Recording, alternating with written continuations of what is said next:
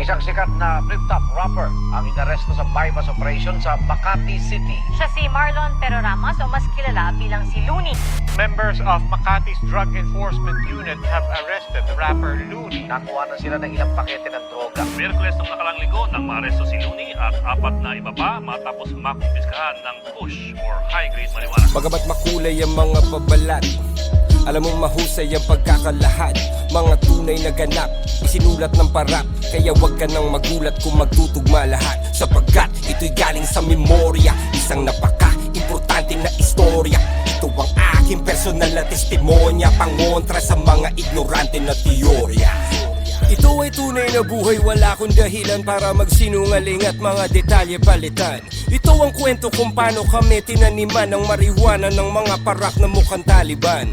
Bandang alas 8 ng gabi sa Pilipinas, sa isang gusali doon sa may Ortigas. 8 oras bago ang rehas ay mahimas. Kasama ko si Ron Henley na stick figures. May interview kami sa radyo nung gabi na yun, tungkol sa marijuana at sa legalisasyon. Pagkatapos namin umalis agad sa estasyon, dahil meron pa akong pupuntahang isang okasyon dun sa poblasyon. Birthday daw ni Sean, yun lang ang alam ko na detalye pa noon. Medyo masama ang panahon, umaambon, kaya tinext ko na si Utol, pumunta ka na ngayon.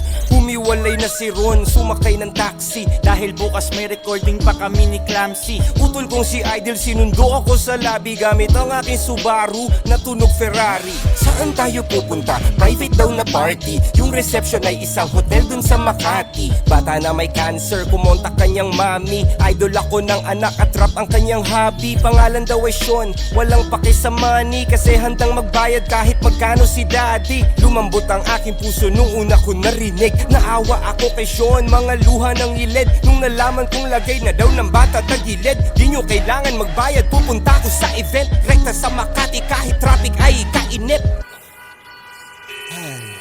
Kasama ko si Rude at si Ivan, ang sikip, at si Kuya Albert, yung driver kong mabait. At saka si Idol, aking manager at kapatid na merong thalassemia, isang kakaibang sakit. Kailangan niyan lagi salinan ng dugo na pantawid. At dahil malapit lang sa hotel yung Makati Med, sumabay na lang siya sa amin para mas makatipid. Sabay ka na, pang isang kotse na lang.